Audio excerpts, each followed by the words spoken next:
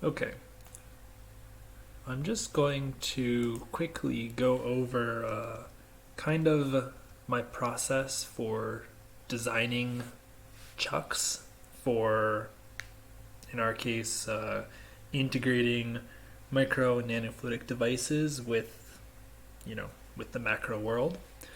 And I'm doing this because a lot of people in our group and in our field don't have background with CAD software to do this kind of thing, but it's a skill that's really useful, at least to have at a kind of primitive level. So I'm going to talk about using FreeCAD today. FreeCAD is, well, a free as in freedom and free as in free beard, open source CAD software. And you probably have heard of SolidWorks, which is the much more popular commercial product. And I actually learned CAD on SolidWorks. And I would argue that SolidWorks is indeed a lot easier to pick up if you don't have any idea what you're doing. But that being said, there's a couple reasons I'm using FreeCAD now. One being price. SolidWorks is quite expensive for a license. Another point is that FreeCAD has less functionality than SolidWorks. That might not sound like a great selling statement, but you don't need a lot of the functionality that comes in SolidWorks for the kind of things that we do. And so in that case, FreeCAD works well. The final point is that FreeCAD works on Linux, and my computer is on Linux, and because of the current lockdown situation, having to work from home, it's much easier for me to work with FreeCAD. So I wanted to just kind of show how easy it can be to make a simple model and give some tips for where you could look moving forward if you wanted to do more stuff. So if you go to freecadweb.org, you can download FreeCAD for whatever operating system you're working with. Like I said, in my case, I'm on Linux, and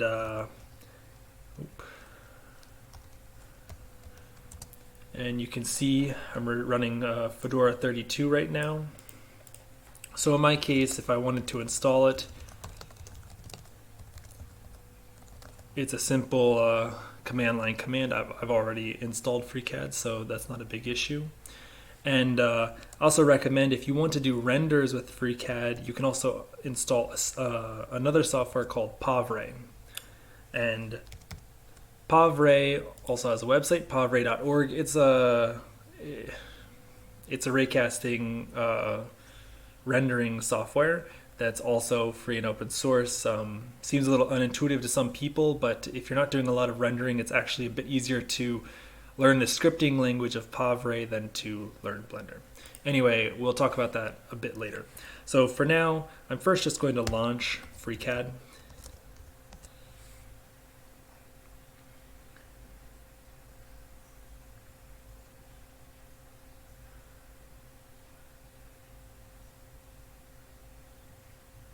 Okay.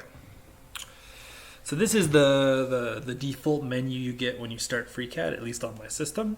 And they give some examples. It has not a great interface, I do have to say. If you don't know what you're doing at all, FreeCAD's interface is rather hard to get to, like, I just need to do something right away. It's not that clear. But first of all, we're going to just create a new document. And you see here it has tabs. This is similar to SolidWorks as well. It has these tabs. And then one of the real key points is that you have a bar here which gives you a bunch of tools. But these tools vary depending upon what workbench you're in. And you can access the workbenches by clicking this drop-down menu. So you see right now I'm in the Start workbench. And really, there's different workbenches for different things, for designing robots, for designing ships, for plotting data. But what we really care about is we want to work with part design. Okay, you're going to spend 90% of your time in FreeCAD in the part design workbench. And you see here, we now have a bunch of tools that are associated with this workbench in particular. And we have these two tabs in the menu on the left. So we have model. So this is our actual, what we've built so far. And we have tasks. And the tasks, this is really helpful. It tells you what you can do based on what you have selected in your model. So first of all, right now we have nothing, right? So what we want to do is we want to create the first body in the model. And a quick point is that you'll notice here this is the create a new body button in blue, and up here you see an identical shape but it's in yellow, and that's create a new part. The distinction between parts and bodies is a little unclear, but my understanding of it is that parts are things where you want to group them together so that you can move them together in 3D space. So for example, if these two pieces, you're going to glue them together, right, and they're going to be stuck together forever, you combine the two bodies into a single part, which lets you move them together. But you can extract one body or the other body separately for fabrication. So we're going to start by just creating our first body here. So create body. Okay. Once you click on create body, you have create sketch. And it's going to ask you what plane you want to start your sketch on. It's fine, we can just select the first plane, the XY plane. Okay? Okay, my computer is a little bit laggy because of the recording. This is my first time trying to record like this, but we'll see how it goes. So now we are in the sketcher workbench, right? Doing a sketch. And if you've never worked with CAD software before, the principle is actually quite simple. Everything is based off of a sketch. So we're going to make a sketch which is in 2D, and then from that sketch we can either, typically the two main things you will do is either extrude it, which means you'll create a solid object which has a certain height, or you'll make a cut, which means you'll remove material in the other direction. So in this case, I think for just a sample thing, we're just going to create a very simple, maybe a chuck, which will hold, in our case, like a microfluidic device, right? So it's going to have two parts and a top and a bottom, and maybe some O-rings, which we're going to try to seal, and the device has to fit into a depression. They're relatively simple. We'll try to do it quickly. If you're navigating, you can use the mouse wheel to scroll in and out. You can click and hold the mouse wheel and drag to move the view like this, right? If you click and hold the center, the mouse wheel and the right mouse button, it allows you to control the angle of the viewport. And you can also click on this cube in the corner. So I can just click top to recenter myself on the top. There are different navigational methods. If you look down on the bottom, you see there's a little mouse and CAD. If you click on this, there are other methods of controlling your view. I have not experimented with this at all, so I can't advise about it. Another thing that you may notice is if things are looking a little weird, right, you may want to check under the View tab here that you're in orthographic view. You can also be in perspective view, but that's typically what I do only when I want to present the final design. It's best to work in orthographic view. It's easier, you won't confuse yourself as much. So the chuck design, we're going to go with a square design, right? And there's a couple ways we can make a square, right? One way is to create a rectangle and constrain it. Another way is to create a polygon like this, where the sides are defined to be square. So let's do that because that'll be a little simpler. And you typically want your object to be centered at the origin, which is this red point here. And in FreeCAD, this is a point where it kind of is distinct from SolidWorks. You kind of need to define the fact that the center is here very explicitly. Whereas in SolidWorks, it will infer that based on, in SolidWorks, if I click here, it will infer the fact that I want it to be linked to the center. But in FreeCAD, it isn't. So often what I do is I actually draw my shape kind of arbitrarily off to the side because it's easier to work with that. And then once it's drawn off to the side, right, I can now constrain it. And if you look on the left here, you see solver messages, under constrained sketch with 4 degrees of freedom, right? And our goal is to actually fully constrain the sketch, so 0 degrees of freedom. And if you look down here, there are already some constraints, so these are defined by the square shape. So for example, it's basically saying that these sides have to be equal, right? And defining the angle of these corners. So let's define a new constraint. If you look over on the right, you have a bunch of tools here. This first one is the create a coincident constraint. So we want to click it and we want to make this center of our square coincident with the center of our, like the 0, 0 point of our plane. We do that and you see it is now there. If we look over in the under constrained message here, we've went from 4 degrees down to 2 degrees of freedom, okay? So the next thing we want to do is, I would like this square to be square with respect to the XY axis. So what we can do here is, if you look here, this is create a horizontal constraint. So I can constrain this top line to be horizontal, and there we go. Now we have a square which is actually square with respect to the axis. Now, the next thing we need to do, we only have 1 degree of freedom left, is we need to define the size of the square. And because it's a square, we just need to define one side. If you look over here, we have a horizontal distance constraint and a vertical distance constraint. It doesn't matter in this case which one we use. Let's go with the vertical distance constraint, and we're going to click on the left side. And for this chuck, let's see, we're working with a device that's about 10 by 10 millimeters. So let's be generous with ourselves. Let's give ourselves 15 millimeters to work with here. And there we go. So now we have, if you look here, it says fully constrained sketch solved in 0 seconds. So right now, this design is fully constrained. Let's close, and there we go. Now you see we have this sketch. Now, if you look in the model view, right, you can see we have a part. There's a coordinate system in the part, and we see a sketch. We're selected on that sketch right now. So in the task view, it gives us stuff that we can do with a sketch. And in this case, we really want to do just an extrusion, which in FreeCAD they call padding, right? So these are your 2 main moves that you're going to do a lot of, right? Padding and pocketing, which is, like I was saying before, it's extrusion and cutting a hole. So we need a kind of a base object first. Let's do the padding. Okay, so great. So now you can't see much has changed, but if we change the angle here, you see this now is a 3-dimensional shape. And if I modify the length at which we extend it, you see it changes how that shape is rendered. So we can make this, 2 millimeters thick, 20 millimeters thick, whatever, right? Let's make it 10 millimeters thick. Okay, so we're gonna click OK, and there we go. Now, if we look back at our model tab, you see we have a pad. And if we click the drop down next to pad, you see that that pad is based on a sketch, okay? So if we edit this sketch, for example, we can see the sketch that we drew here.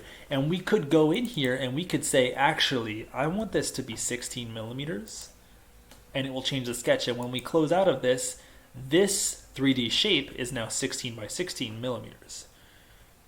Similarly, if we go into pad and we click on edit pad, we can change the height of the pad very easily just by modifying it again here, and it will update, right?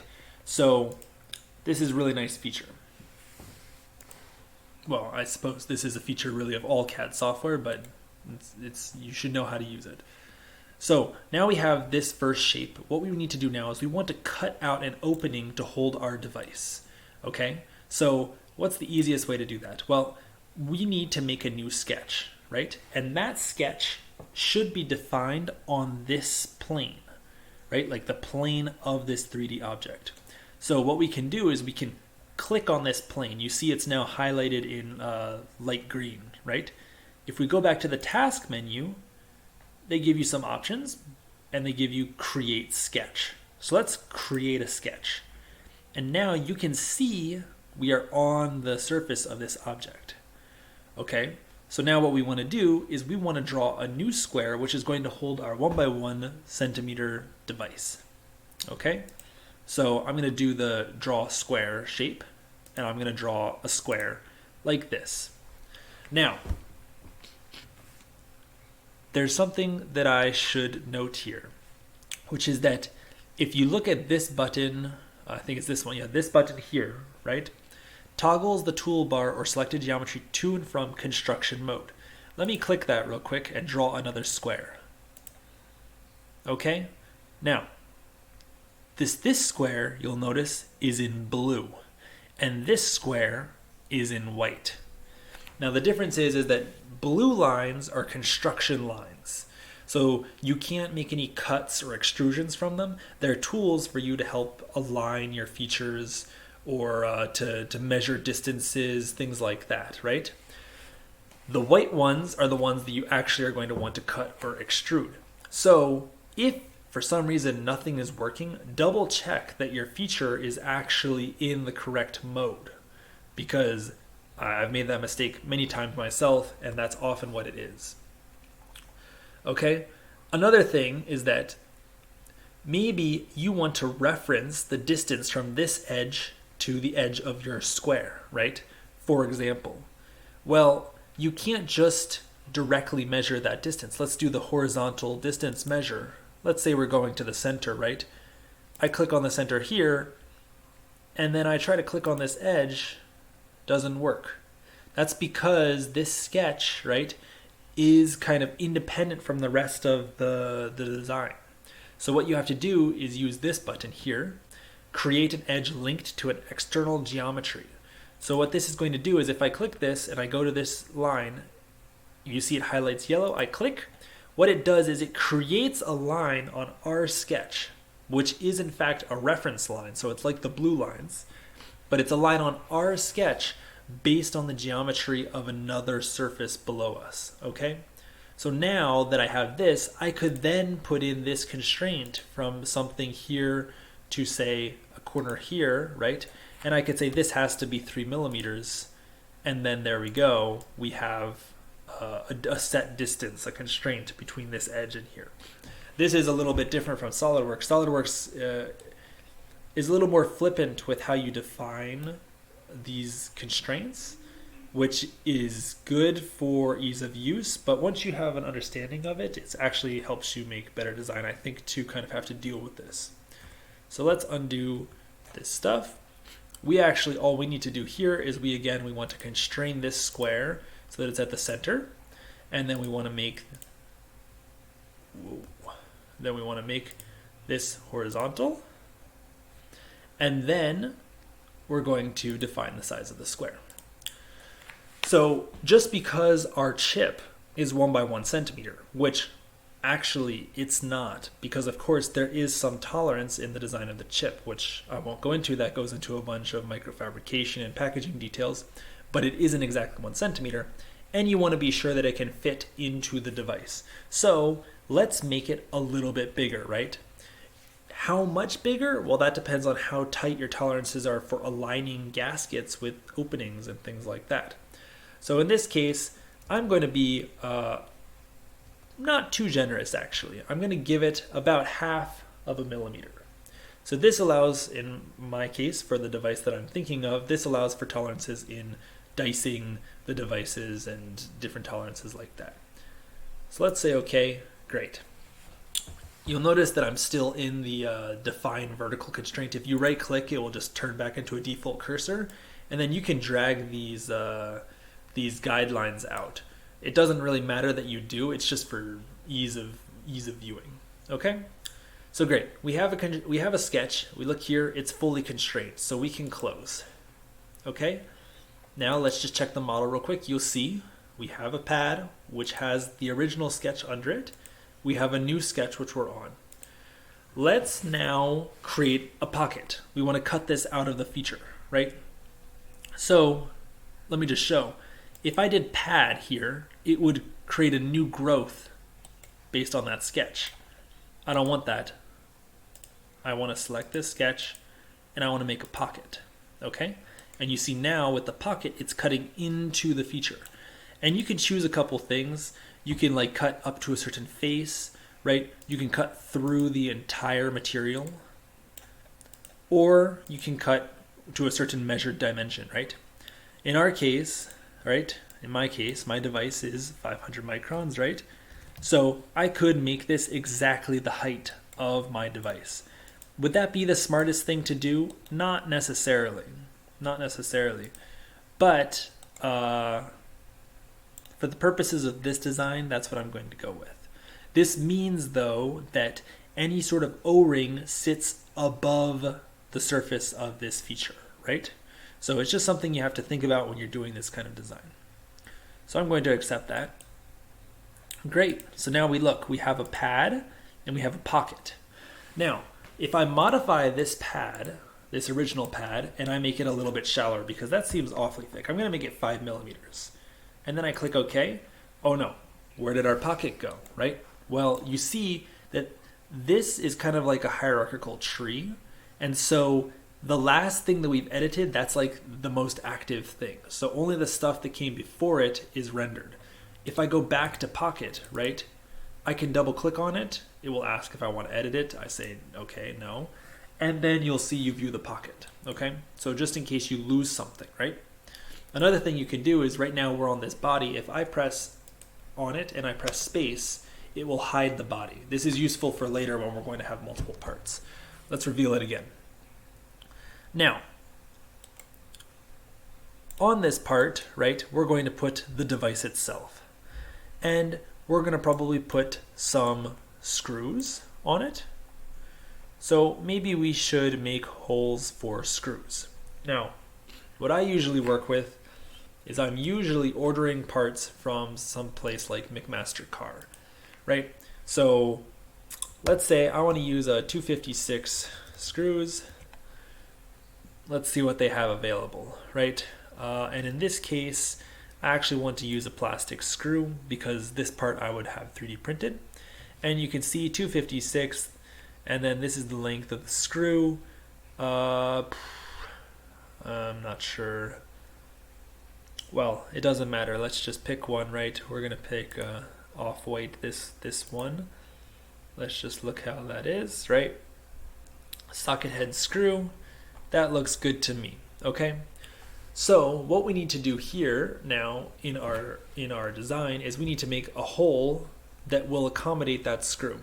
And you see obviously that it is threaded. So you have a couple options here. One is that you can just make a hole that will allow the screw to clear it entirely, and then you use a nut on the back side. Though that's usually hard to work with. Typically you like to actually thread the hole. And depending on whether you're machining this or you're having it 3D printed will determine what you do here. In my case, I'm having it 3D printed, and 3D printers typically can't handle making threads for screws. So what I need to do is I need to make a tap hole so that I can later come back and tap it by hand. So you can look this up online. They have charts of the correct size hole for various taps, right? So let's see, we're going to come in, you see screw size 2, threads per inch 56, 256, okay? So that's basically what we need to do, right? And then you see here, they have the tap drill, right? This one for plastics, and this one for steel, stainless steel. They also tell you if you want a clearance hole, right? So this is, I just want to drill a hole through so that the screw will go through, but no threads. In my case, I want to thread it. So I need a drill size of 50 or decimal equivalent 0.07. Okay. Now this is in inches, right? So I'm just going to quickly convert that 0.07 inch to millimeters. Let's see how that is. So 1.778 millimeters. Great. So now we know what size hole we need. Let's do that now. So I'm going to click on the pocket, right? And I'm going to click on this face. That's the face I want to drill through, okay?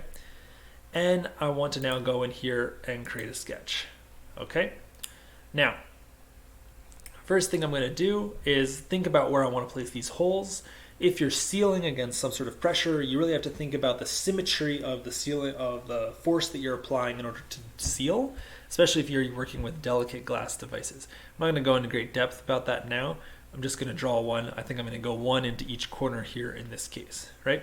So I'm going to go into the create a circle in the sketcher, and I'm going to draw a small circle here. That looks great. Now, I can define quickly the geometry of the circle if we click in this drop-down arrow for more options. Then under the circle button, we can constrain the radius or diameter of the circle. We want the diameter. Great. Now, let's jump through and see. We want this to be 1.778. So 778. Great. Now I can go back. Awesome. So there we go. We have defined the hole that we will need to drill. Now, if this were a real part, I might actually choose to give a little bit more material around it, because remember that this is just the hole that you're going to drill in order to tap it. But tapping, the threads will actually extend further, so you need to give yourself enough plastic. So let's now define its location, right? So, like I said before, the only thing I can reference is this center point. So I could choose to reference, I could choose to reference this circle with respect to this point. Or if I maybe want to reference these edges, I could do it much more easily by first create an edge based on these two edges here. Now that I have them, right, I could then come in here and say, oh, I want this distance to be, let's see, 1.5. And I want the vertical distance from the center to here to be 1.5. Great. Okay, so now I have these distances. I think I'm just going to do it like this just to look nice. Okay, and there we go. We have a hole. Let's close and let's do a pocket. I know it's tempted to click the hole button. I've not used it, and from what I've read online, it's kind of a niche tool. I prefer to just work with pocket here. And I'm going to go through all, okay. And link shape object is empty. So let's quickly go into here. Let's edit this. Oops. Let's go into here. Let's edit the sketch, right? So what's going on with this sketch? Now, if you look at it, something should jump out to you. And that's that this circle is blue, right? So remember what I said before. When this is blue, that means that this is a construction object, right? Construction geometry. We want this to be a real geometry. So let's click this button, the one that just switches the mode, and let's click on the circle. It turns, oops. Let's click on this circle. Now let's close, right? Now let's go back into here. Let's make pocket. Oh. Didn't work. Must not have. Let's edit this again.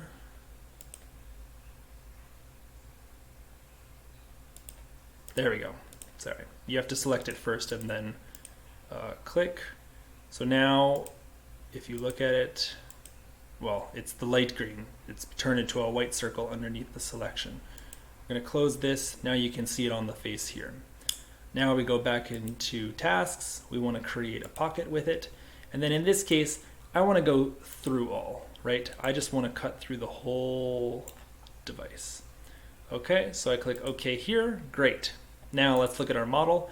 We have a pad, we have a pocket, we have another pocket. You can also go into this pocket and you can choose to rename it, which I do recommend, right? You notice that the naming convention in FreeCAD is whatever the thing is, followed by 001, right? So I'm going to call this like screw hole 001, okay?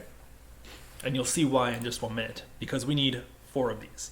So you might have been tempted, like I am, to draw all four circles inside this one sketch and cut them all at once. But the way FreeCAD is designed, it actually doesn't recommend that you do this. It recommends only one kind of cut in each sketch, body combination. Sketch, extrude or cut combination. So instead what we can do is we could now go in and we could select this face again, and we could draw another circle here, another circle here, another circle here. But that seems like a lot of work, and we can kind of avoid that. So instead, let's select this object and look at these buttons here. These are buttons for creating mirrored or polar feature patterns, okay? So in my case, I think I want to create a mirrored feature. There we go. And if you look at that, right, you see we've now mirrored this feature around this axis. Okay, I haven't experimented with this much. I use this feature a lot in SolidWorks, but yeah. So I think that the best way we're going to do this is we're just going to mirror it a couple times. I'm not sure if it's easy for me to add to do multiple mirrors where I mirror all 4 points at once. So let's accept that.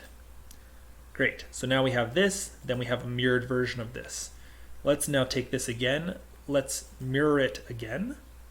And this time we're going to go on the horizontal axis. Great. Great. Now we're going to take that more recent one. We're going to mirror that one. Oops. We want to do... Oh, we can't. Oh.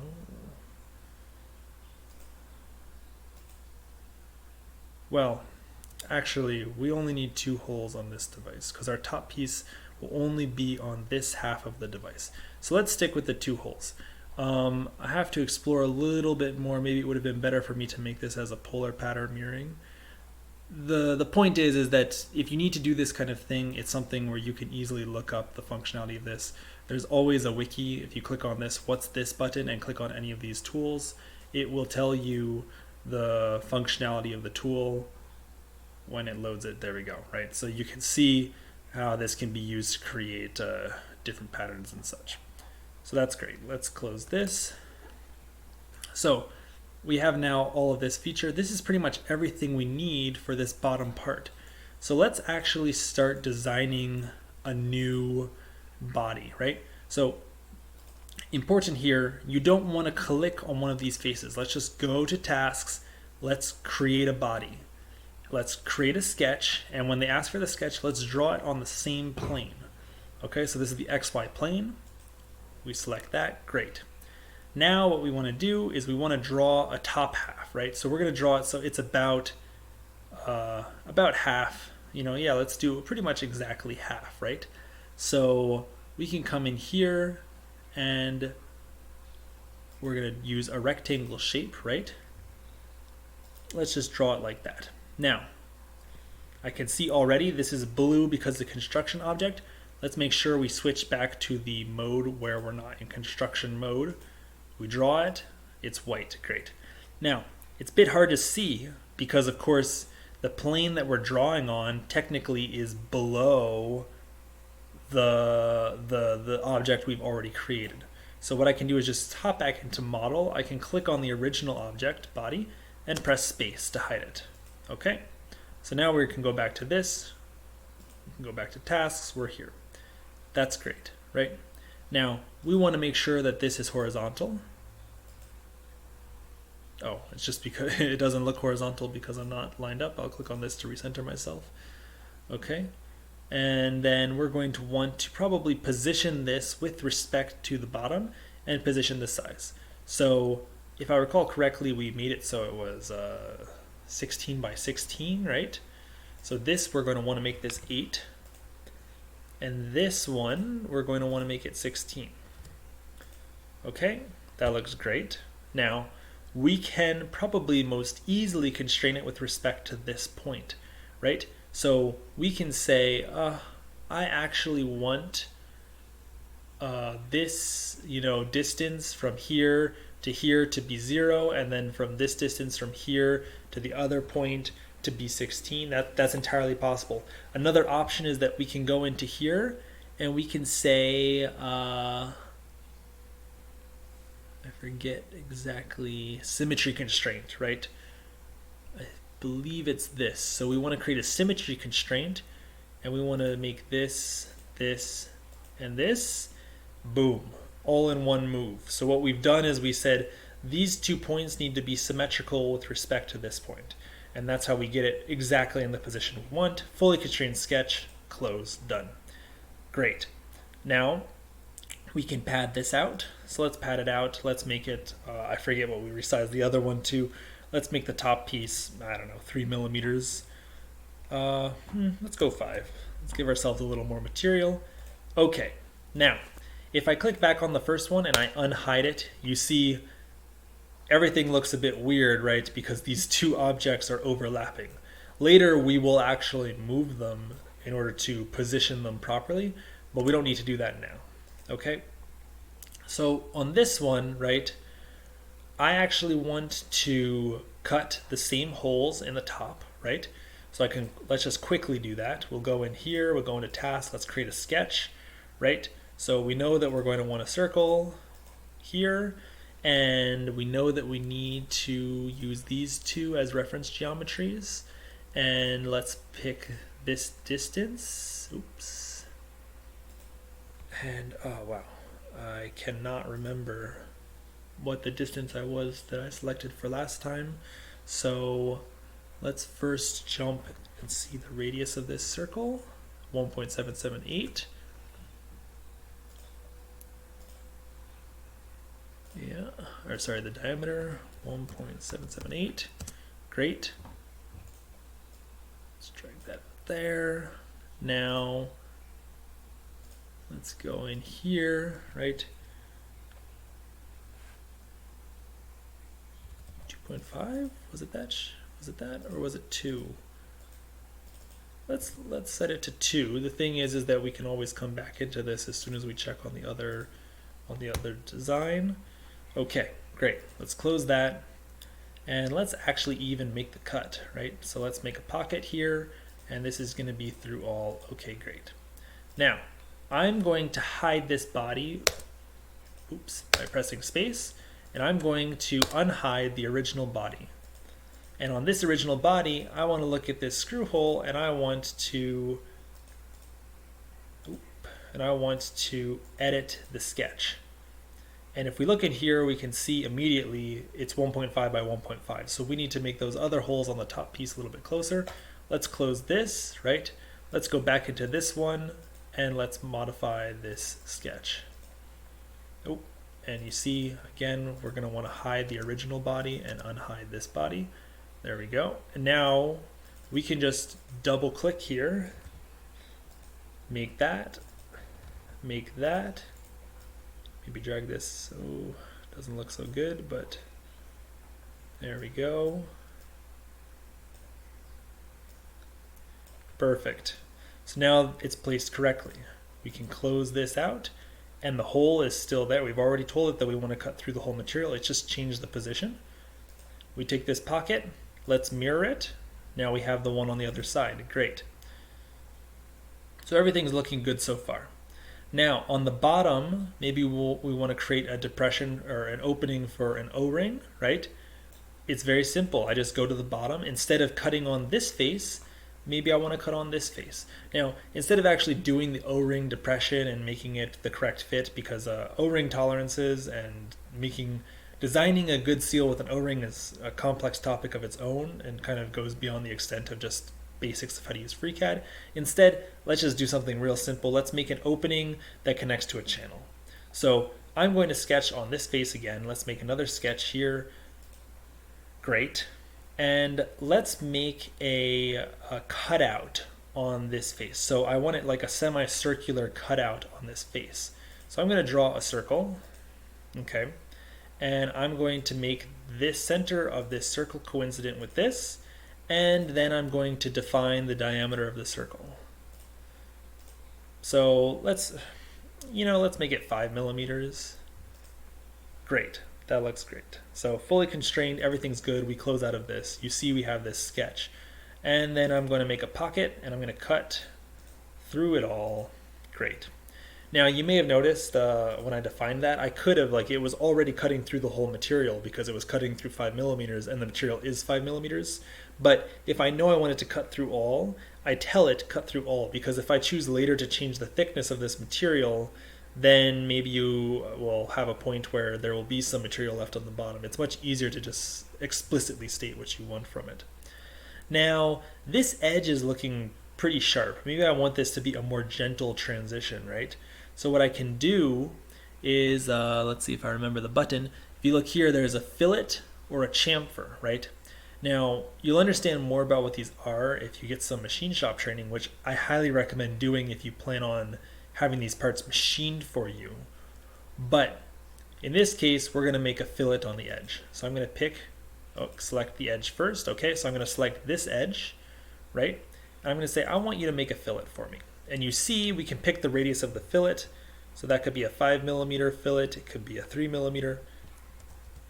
3mm looks good, let's go with that, great. And then let's pick the other edge, and let's make another fillet, and let's make that 3mm, great. Okay, now we're looking at a part that looks somewhat sophisticated at the very least, right? Now let's just say that we want to have a channel which accesses the center of this semicircular radius, right? From the other side, okay? So let's do that. So we're going to now go onto this side, we're going to select this face, and we're going to make a sketch, okay? Ooh. Let's center that. And the circle is going to be somewhere here, right? And I already know that I want this to be a 1mm opening. Okay, so that's all well and good. And then what can we do? What's the smartest thing to do? Well, let's maybe bring this edge up so that we can reference it, right? And then let's maybe create a reference point on this line, right? There's a couple ways we could do it. Like we could explicitly define this circle, the distance from this point and this edge, right? That's entirely possible if we wanted to, right? The disadvantage of doing it explicitly like that is that, again, like I said, if we choose later to change the height of the material, this will no longer be centered. So another option is to do something like this. So I'm going to switch back into this mode where we're creating construction geometry. And I'm going to create a point. Okay? Great. So I've created a point.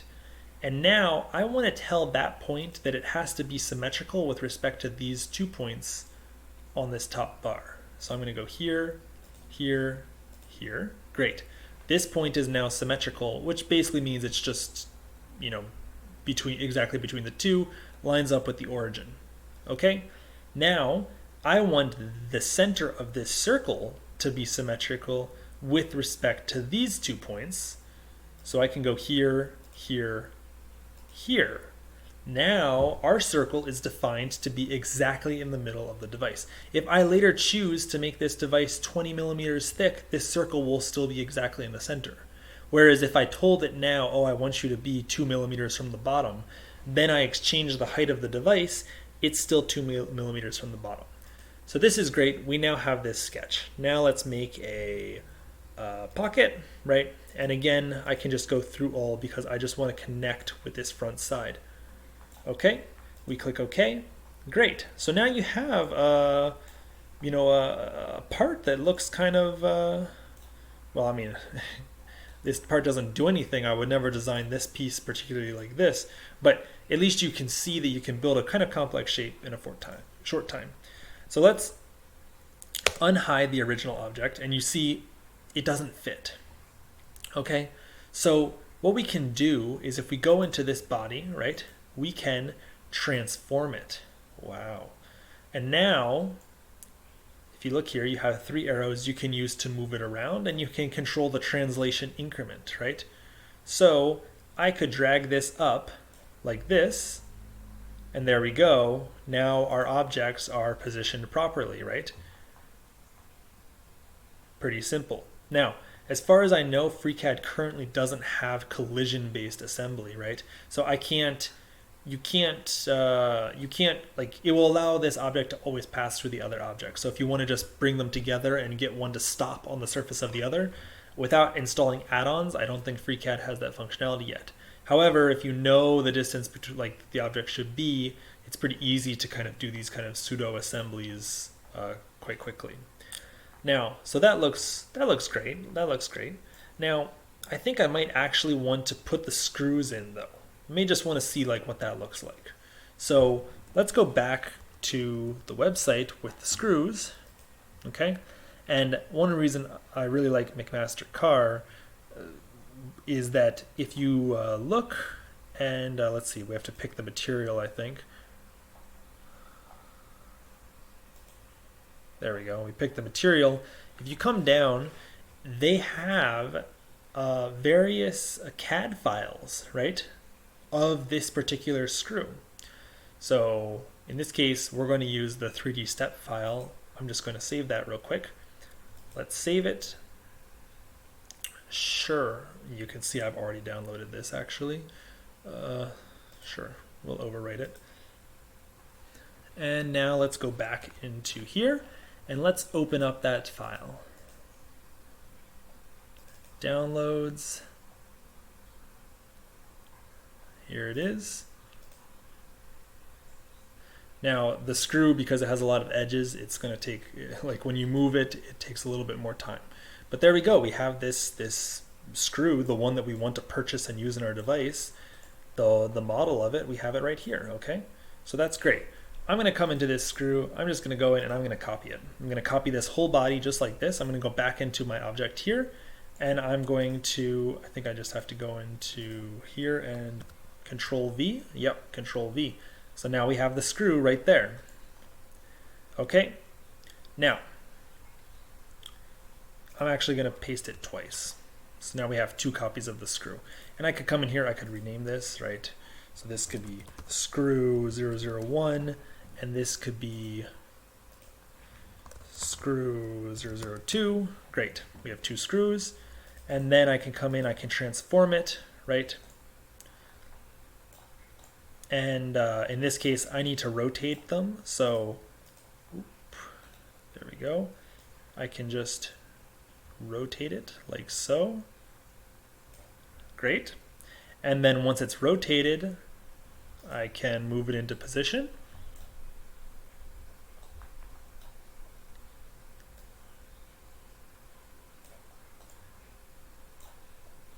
And you see, like maybe it doesn't line up quite perfectly. Oh no, I mean, oh yeah, no, it doesn't quite line up perfectly.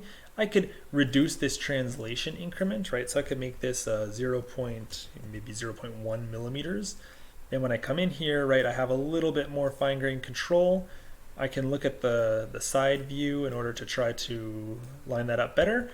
That looks good, right? We're not building a real assembly here. This is kind of more for presentation and to just see how the total height of the device would look and stuff. So I'm going to click OK. Oh, I should have actually positioned that fully. Let's go back into here. I'm going to look at the top now, right? I now have the orientation. I'm going to pull this up here. I'm going to pull this over here. Maybe we look at the side again. Okay, and you know, with this part, I think I might want to change how we're viewing it so that we can see it a little bit better. That's under View, Draw Style. Yes, Draw Style. Wireframe maybe. It doesn't look so good.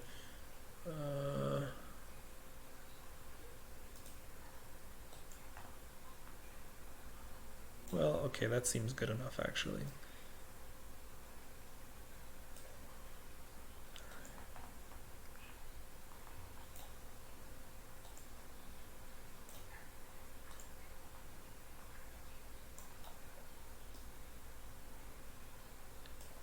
Okay, I think we're, oh no, definitely not. Wow.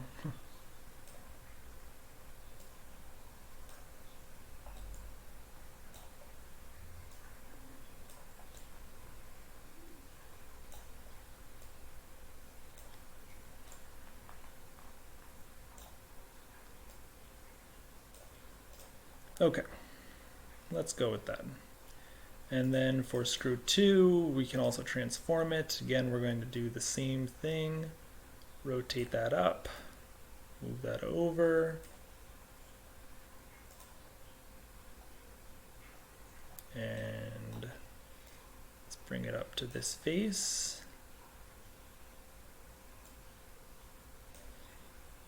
Okay.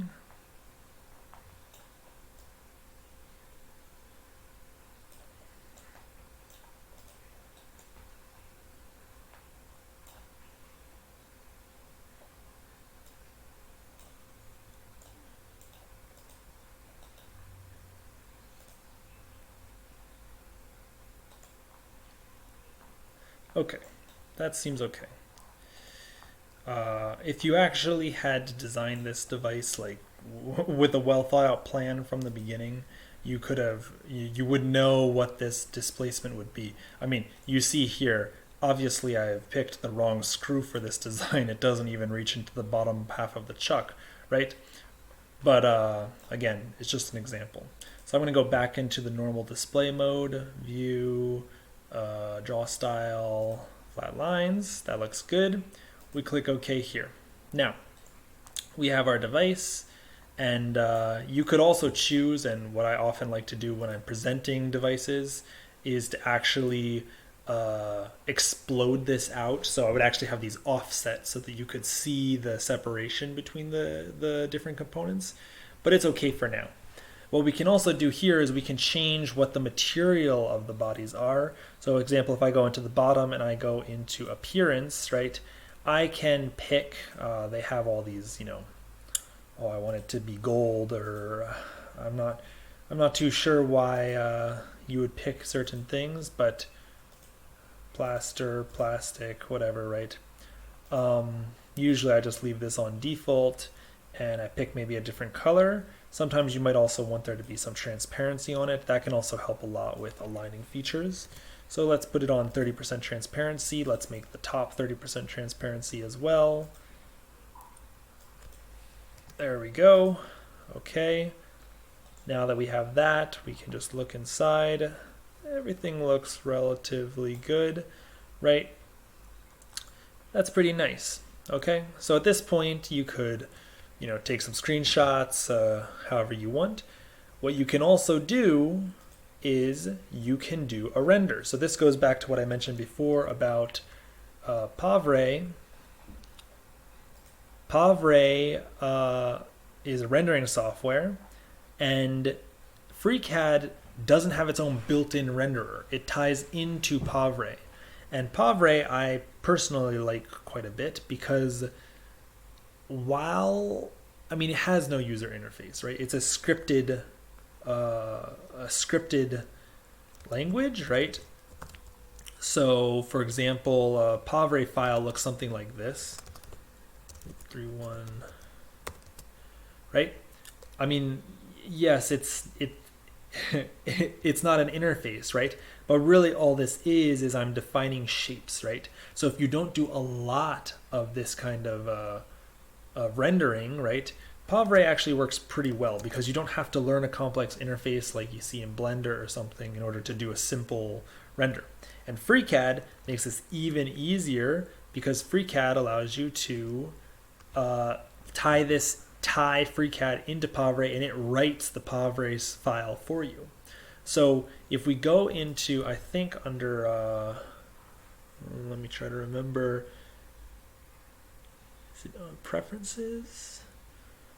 Can't remember since I set up. Here we go, edit preferences. You scroll down to the bottom, you'll see, or you won't see, a rendering section.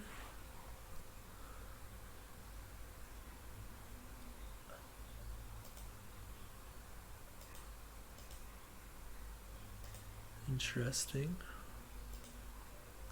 Well, we're going to go into the rendering workbench. Maybe I need to be in the correct workbench. So it's under what's called ray tracing, right? Let's try now references for ray tracing. There we go. Okay, so if you're in the ray tracing workbench, you can then apply the references.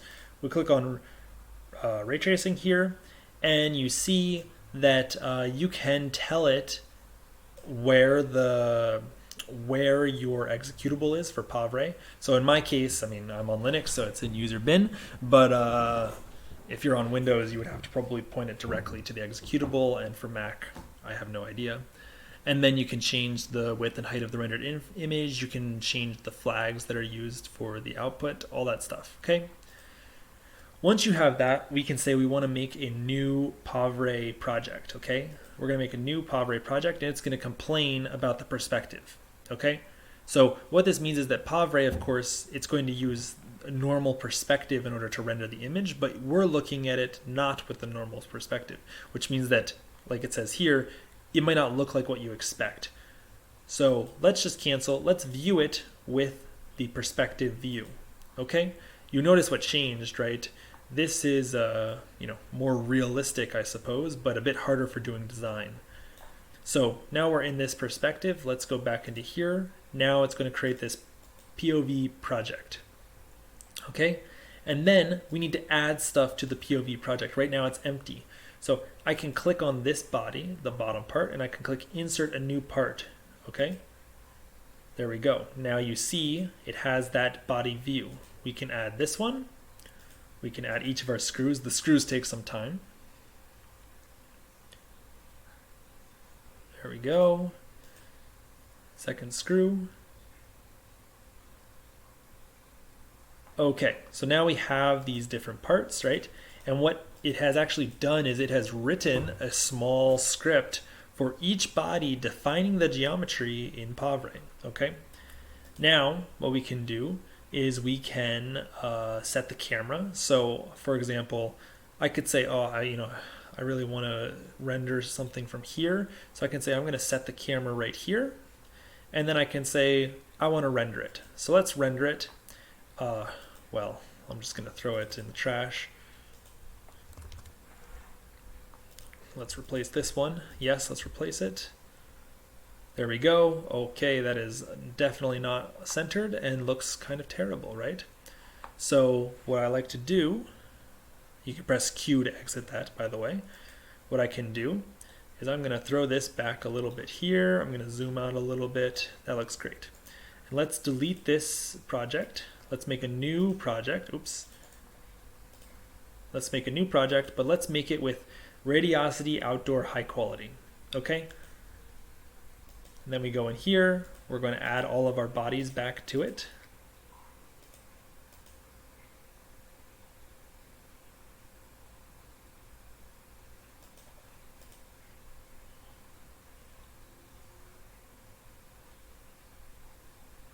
Okay, now we set this view, we export, we replace this again.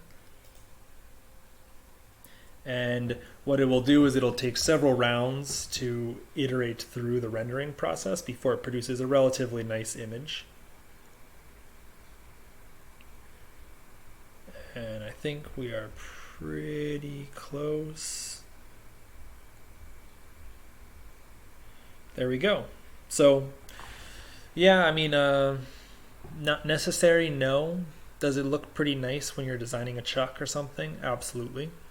So press Q to get out of that, and there we go. We have this image, which you could then save, and you have a rendered image. And then there you go. So this is the part. If you wanted to say have it 3D printed, right, I could just click on this body, and I could just export that particular body as an STL file and have it 3D printed. And I mean, there's all sorts of other design considerations you have to take into account, like what are the limitations of the 3D printer, what material are you using, what tolerances do you need depending on the printing or not. If you're machining, right, what holes are standard, right? Like the CAD software will allow you to make any hole or shape that you want, and you can send that to be machined by someone and they may accept the job, but the price could be highly dependent upon whether you pick standard shaped holes or chamfers, or a lot of things depend on what is kind of standard. So if you have the opportunity, learn a bit about the process that you're going to use to actually manufacture the part, because that'll make your design kind of tailored towards the way you want to produce it. Anyway, this was pretty much just a really quick overview. There are a lot of tutorials of varying quality, but there are a lot of tutorials online for general modeling. My personal favorite is this one on modeling a banana in FreeCAD. Again, like I said, if you're doing anything professional, right? Like if you're really doing a lot of CAD, of course, SolidWorks I think is nicer. It's maintained by a larger team. It has a lot more functionality. But for the purposes of you're a graduate researcher, and you're making chucks in order to run experiments, FreeCAD is more than capable of doing what you need it to do if you have just a basic understanding of the tool. So anyway, that's it, and good luck.